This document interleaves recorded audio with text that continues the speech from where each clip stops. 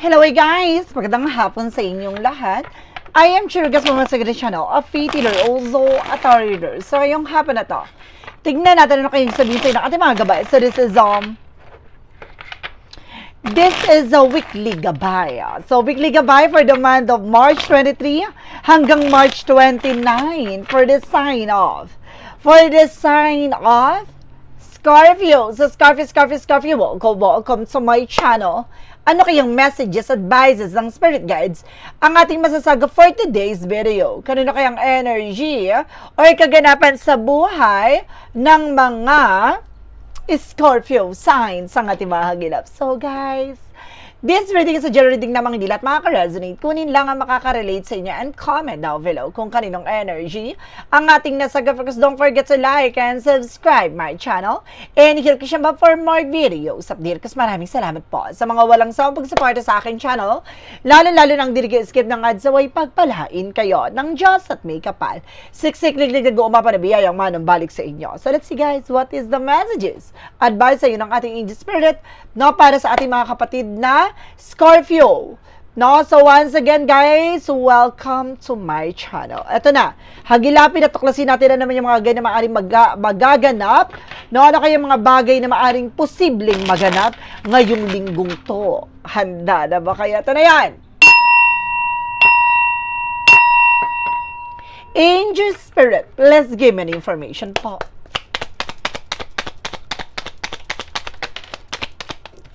So, there's a Ten of Cups. Now, there's something happiness, no?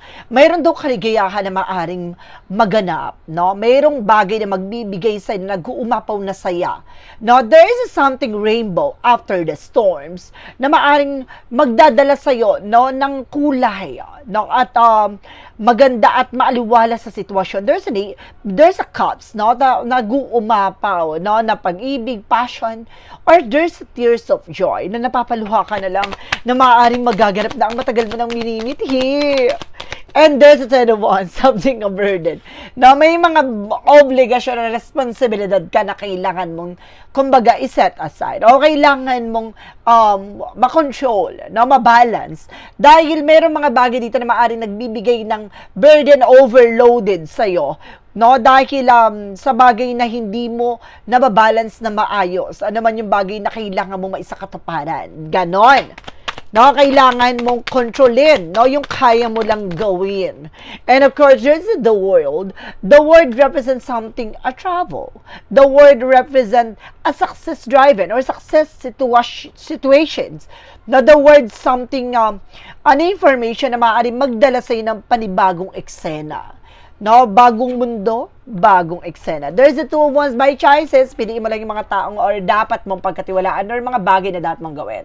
Now, there's a first step. No, meron ditong bagay na kailangan mo unang may sakatuparan. Ay, what is the additional messages? And there's a Page of Wands. So, there's a good news coming in. No, may magandang balita. No, may magandang impormasyon na maaaring hatid sa'yo dito. No, mayroong bagay na maaaring magbukas sa panibagong eksena mo. Ayan, binuksan ko yung ilaw kasi medyo madilim. Okay guys, there is something guys with a Hermit card. The answer yun this year. So may mga bagay na maaaring magbigay liwanag sa'yo. Magbigay kasagutan sa iyong mga katanungan.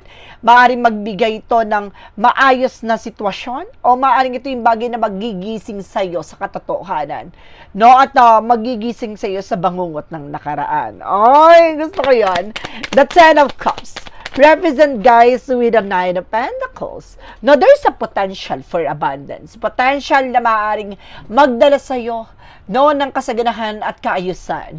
The Nine of Pentacles na talagang pinapakita na maaaring kaya mong maging maunlad, no? Kaya mong maging masaya, no? At there's a Ten of Cups, something happiness and a happy family. There's a tears of joy. So, bagay na matagal mo nang hinihintay to, eto na, makakamtan mo na ngayong linggong to. The Ten of Wands represents the Ace of Swords, something a mental clarity. Ito yung sinasabi ko, liwanagin mo yung utak mo. Liwanagin mo yung utak mo the way, no, kung paano mo kokontrolin yung obligation responsibilities. Ganon. Kailang gamay-gamay. Hindi pwedeng, kumbaga, ako ng ako, no, sunggab ng sunggab. So, kailangan mo maging matalino at maging wais ngayon. What is the world? The word represents something at two pentacles with a balance. So, kailangan mo maging balance eh. Physically, mentally, emotionally. So, kailangan mo maging balance eh. No, dahil sa mundong ginagalawan mo, no, kung hindi ka balance sa ginagawa mo, no, ma-out of balance ka. Charis.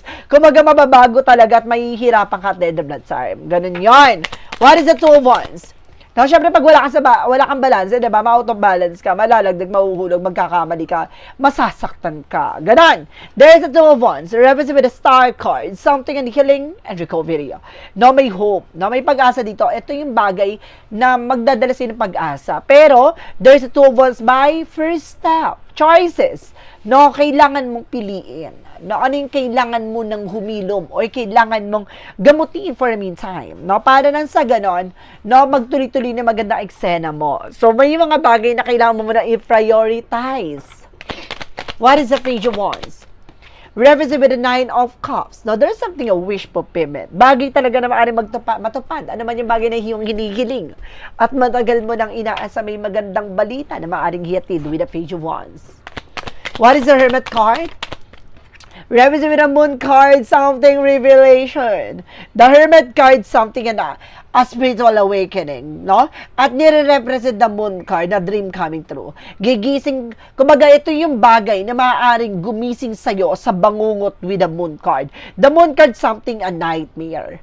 No? Talagang sinasabi dito na may madilim na parte ng buhay mo. Ito yung way, paano ka gigisingin sa panahon na akala mo, no? Na hindi ka na magigising. Ganon. Kumbaga merong magbumulat sa'yo or merong magbibigay ng informasyon sa'yo para magising ka sa katotohanan sa bangungot ng nakaraan. O ano man yung bagay na maaaring nagdadala pa rin sa'yo ngayon, no, ng kabiguan. So, umumulating ka sa lahat ng aspeto o sa lahat ng ginagawa mo. Additional messages.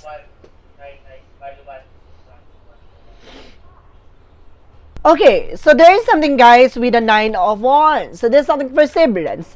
Bagay na kailangan mo magtiyaga at magpatuloy sa iyong ginagawa. So ito yung bagay na magdadala sa iyo daw ng tagumpay. No, marami kang mga struggles, no, maraming of course difficulties, no, maraming mga kaganapan na nangyayari sa these past few weeks.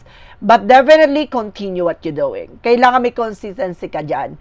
No, tuloy-tuloy mo lang daw ang iyong ginagawa. No, wag kang mag-aalinlangan, matatakot, mapapagod na gawin yung bagay na yan. Dahil sinasabi nga dito at not the end of the time with the Ten of Cups, na there's something a rainbow after the storm. Pagkatapos ng unos, pagkatapos ng mga bagyo, pagkatapos ng mga struggles na nangyari sa buhay mo, may mamumukadkad na liwanag na maaaring hudyat o simbolo na may magandang kulay at bukas na nakalaan para sa'yo. At itong bagay na to ang magdadala sa'yo na magiging masagana ka kasi may potential ka.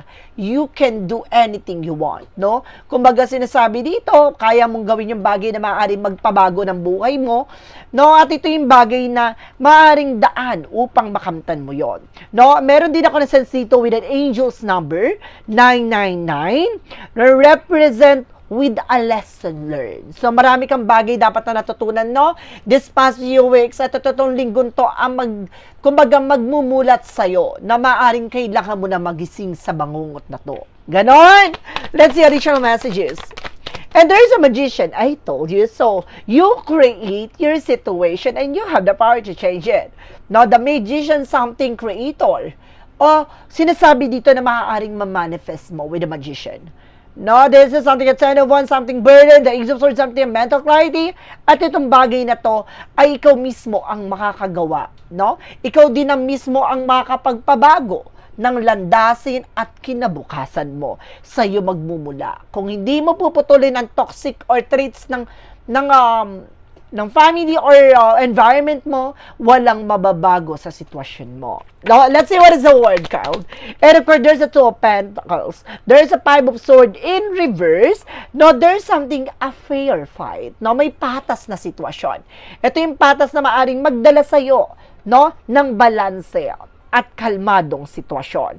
And the Temperance, something a solid foundation. At ini sinasabi, no? You need to do something na there's a first step, no? Ito yung bagay na dapat mong maisakatuparan, no? At ito yung bagay na maaring matupad mo nang matagal mo nang inaasa, bagay na gustong makamtan. The star card, something and healing, hope, no? And the temperance, something a solid foundation, no? Ito yung paalala, no, na kailangan mong maging matibay at maging malakas ang pundasyon mo, no, sa bawat eksena na darating. Hindi ka na matitibag at hindi ka na mabubuwag ni naman. The star card, something a wish fulfillment, na maaring ito yung matagal mo nang hinihintay, na maaring unti-unti mo na makakamtan dahil sa pinursigihan mong gawin. No, parang ikaw yung gumawa ng sarili mong eksena. No, kumaga pinatibay, pinalakas mo, no, at the end of the time, hindi ka na basta-basta maniniwala at magtitiwala or mapapaniwala ng ninuman. No, ganon. Matibay ka na, malakas ka na sa dating ikaw. Ibang-iba ka na sa dating ikaw. What is additional messages? Represent with the Four of Pentacles, saving and protecting. So, may mga bagay na kailangang proteksyonan at ingatan. No, may mga bagay, meron kang mga pinangahawakan na ito yung way, no? At ito magandang balita na to, ang magdadala sa'yo ng iyong paglago at pagyaman. And the Page of Swords, something is fine looking, watching. So, marami ka pang bagay na matututunan. No? Gigising ka sa lahat ng bangungot ng nakaraan at bangungot ng mga sitwasyon at eksena na maaring kumbaga nararanasan mo at bagay na kailangan mong matutunan. The Page of Swords, something ang being curiosity, kailangan tuklasin, alamin, no? Bago ka magdesisyon or bago ka gumawa ng action, na alam mong pagsisisihan mo at the end of the time, kailangan mo munang titignan ang advantage at disadvantage ng bawat eksena. Huwag ka nang magpadalos-dalos pa tulad ng nakaraan o tulad ng galawan or kinagawian mo, no? Let's see what is the outcome. For the outcome, guys, there's something a King of Pentacles being practicality at security. So, kailangan matuto kang pangalaga at protection. Alam naman yung bagay na meron ka. Now, you are also provider with your family. But definitely, kailangan matuto kang pangalagaan. No? At pagkaingatan na naman yung bagay na meron ka. Additional messages. And there's a Queen of Swords with clear the boundaries. Ano yung kailangan mo linisin? Ano yung kailangan mo tanggalin? Ang evil eye. Diba? Maraming inggitera, ambisyosa, pakalabera, dahil sa mundong ginagalawan mo, talamak ang chismosa. Ay, gano'n, diba? Sa mundong ginagalawan mo, maraming marita sa paligid mo, diba? Napapalibutan ka ng digital na CCTV. What is additional messages? And if there's something, guys, with a Ten of Pentacles, for long term, magkakaroon ka ng long-term success, no? And there is something, an angel's number, guys. There's a 10-10, no? Meron ditong 2-10, no, na maaring nagre-represent to. There's a triple 10 pala, no? 3-10, na nagre-represent something, major changes coming in, no? May malaking pagbabago na maaring maghanap sa buhay mo. No, na maaring magkaroon ng transformation, development, ganon. And of course, there's the Four of Cups. No, there's something to evaluate or analyze. Na may mga bagay kailangan pag-isipang mabuti. Liwanaging mabuti. Hindi ka pwedeng pala desisyon. Kailangan mong mas tignan, no? At kailangan tutukan. Ano ba talaga yung kailangan mong gawin upang lalo kang tumibay at lumakas sa dating ikaw. Ganon. Additional messages tayo for the outcome, guys. There's a Knight of Swords. No, there's an anxiety, sleepless night. The 4-9 represent the God. No, there's a God number.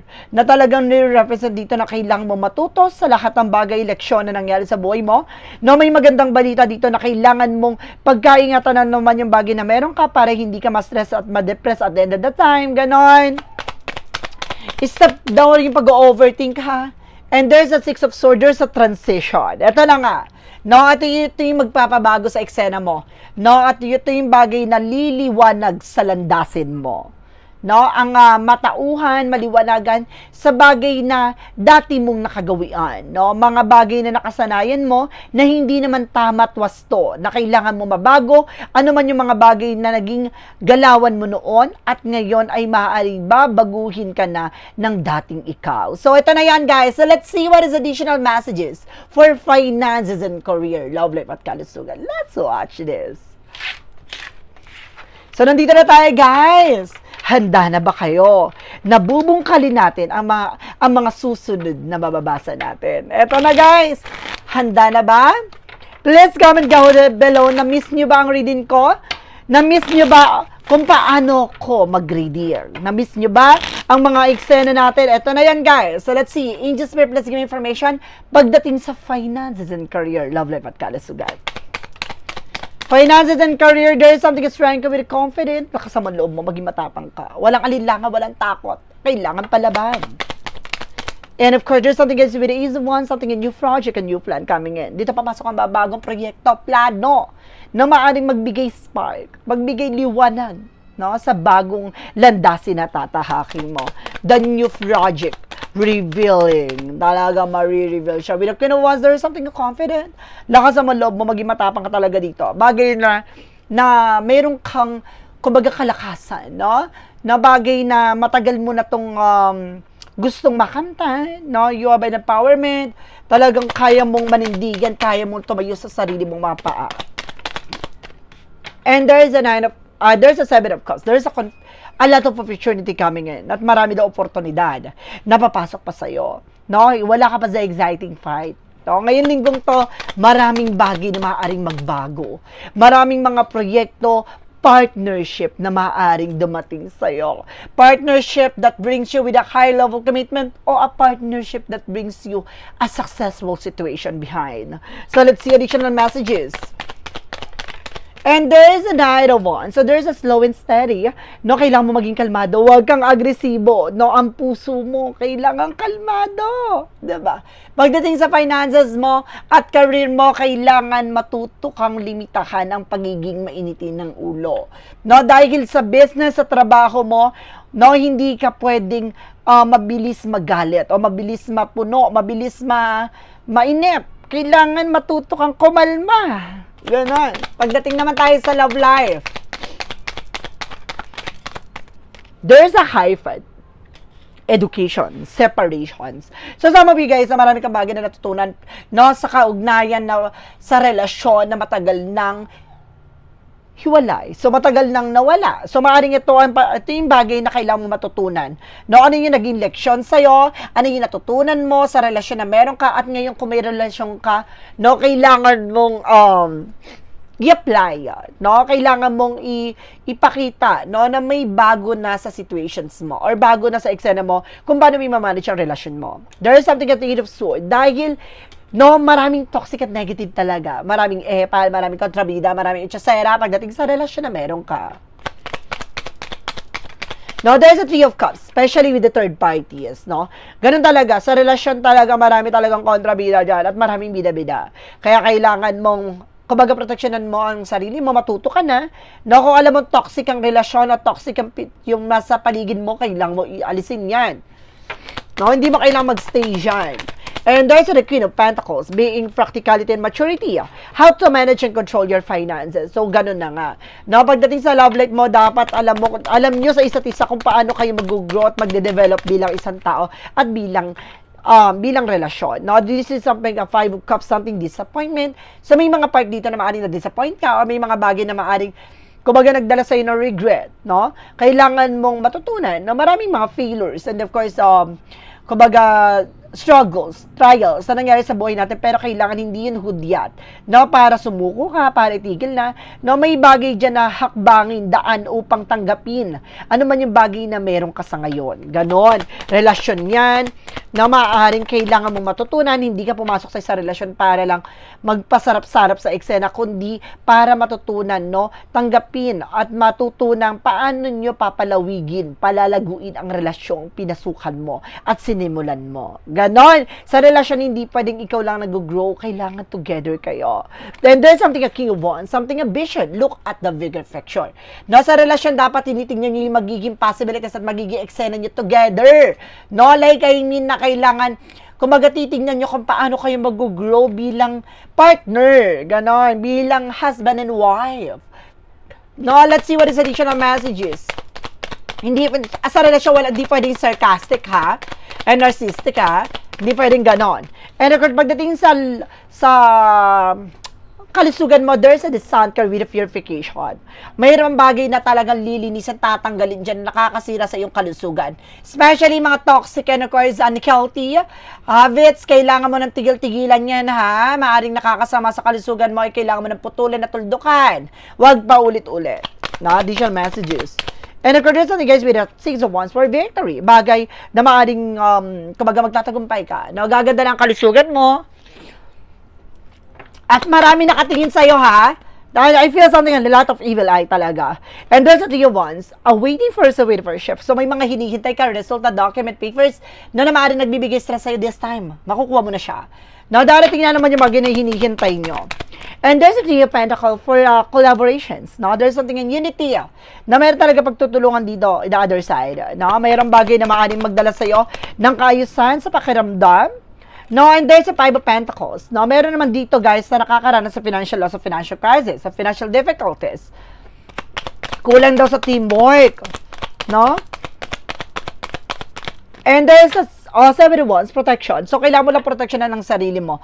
Oh, I feel something na parang meron dito nagka-curse talaga sa'yo, na evil eye, na parang may humihiling na para bumagsak ka. Na meron, kaya kailangan nyo ng ano, na parang bound, parang ano, yung, yung protection, no? Para nang sa ganun, hindi kayo na-apektuhan ng mga evil eye. No, dahil maraming inggitera talaga. Now, this is something a victory. Nakita niyo yan? 7 of Wands protection, the 6 of Wands for victory. Magtatagumpay ka even sa kalusugan mo. At tinatarget ka talaga ganito sa kalusugan para hindi ka makapagtrabaho, hindi mo magawa yung proper yung maayos. Kaya mabigat ang katawan mo. Diba nakakaranas ka ng mga bigat or parang pagkatamad or gano'n. Now, there's something a victory yun. Talaga magtatagumpay ka. Malalaman mo kung paano mo paproteksyonan yung sarili mo din dito. So guys, let's see. What is additional messages naman tayo sa gabay? No, anong chika ng ating mga angel spirits sa'yo? With a magical fire messages advices. So guys, kung nakarelate ka, please comment down below. Kung silent viewers ka at nakarelate ka, mag-comment ka naman dyan. Diba? Para maramdaman ko naman nandyan ka. Diba? And of course, don't forget, no, na hindi skip ang ads ha. Huwag nyo skip ang ads dyan. Kayong arte dyan. What is the magical fire messages? And of course, there's a children. So, sama po yung may mga children, may mga anak ka, o meron ka ditong, kumbaga, marami kang anak-anakan, ganon. And there is an expression individuality. So, pinapakita dito, ipakita mo yung sarili mo. Allow yourself to shine because of your awesome. So, ipakita mo kung paano ka magiging malago bilang isang tao. Just being authentic with yourself. Ganun lang yan. Hindi pwedeng, parang itago mo kung ano gusto mo, gato ganyan. Nakipakita mo, showcase mo yun, guys. And there's a masculine energy. Maaring kumbaga, yung person is very masculine, no? Medyo masarap ang asawa mo sa part na to. So, maaring, kumbaga, ikaw, medyo masarap ka sa part na yan. There's a very masculine. And of course, you are dealing with the Ace of Fire. Leo, Aries, Sagittarius, you are dealing with the Ace of Fire. Na maaring person is Leo, Aries, or Sagittarius. So, let's see what is the synchronicities. So, represent with a reflection. So, may mga bagay na maaaring magbigay ng reflection dito. So, kailangan, bago ka kumilos, alam mo dapat yung magiging possibilities or yung magiging consequences. Reflections. No, yun yung bagay na kung ano yung ginawa mo, magre-reflect lang sa'yo. So, just being aware. And of course, there's a trust. Na magtiwala ka daw. Magtiwala ka sa lahat ng mga bagay na nangyari sa buhay mo. Anong ganap sa buhay mo. No, magtiwala ka na may gabay ka. Ganon. What is the romance for a Mystic Love Oracle deck? Sa relasyon, there's something a love, strong affection, atake, di ba? Talagang iba yung iba yung charisma at pagmamahal nyo sa isa't isa. And there's a divine intervention. So, may mga paalala sa'yo ng ating divine dito. No? Kailangan mong, there's a mirroring. No, may nasa-sense ako dito, no? Parang there's a mirroring. Ano yung bagay na ginagawa mo with your partner, ganun din yung gagawin niya sa'yo. So, just being aware. No? Ito yung sinasabi reflection eh. Archangel Michael, messages, decide to be happy now. So, kailangan mo magdesisyon na magiging masaya ka ngayon, bukas, at magpakailanman. Ganun. Let's see. What is a Jesus loving quote said? A Jesus loving quote said, represent, be of good comfort. Your faith has made you well. So, maging mabuting malilingkod ka at kumbaga yung pananampalataya at pagiging tapat mo ay magbubuo sa'yo. Ganon. So, kumbaga, there's a blessing na maaring dumating sa'yo, susubukin ka, no, ng mga challenges or obstacles, failures, no? Maraming bagay na titignan dito ang katatagan at paniniwala, pananampalataya sa ating Panginoon. So guys, maraming salamat. This is something a weekly gabay for the month of March 23 hanggang March 29 for the sign of Scorpio. So guys, up next natin ang Cancerian, ha? So guys, maraming salamat. Of course, don't forget to like and subscribe my channel and i-request mo for more videos update. Once again, this reading is a general reading lamang, hindi lahat makaka-resonate, kunin lamang po makaka-relate sa inyo. And comment down below kung kaninong energy ang ating nasagap. Then of course, don't forget to like and subscribe my channel and i-request mo for more videos update. Maraming salamat guys, and see you in the next video. Bye-bye and babush!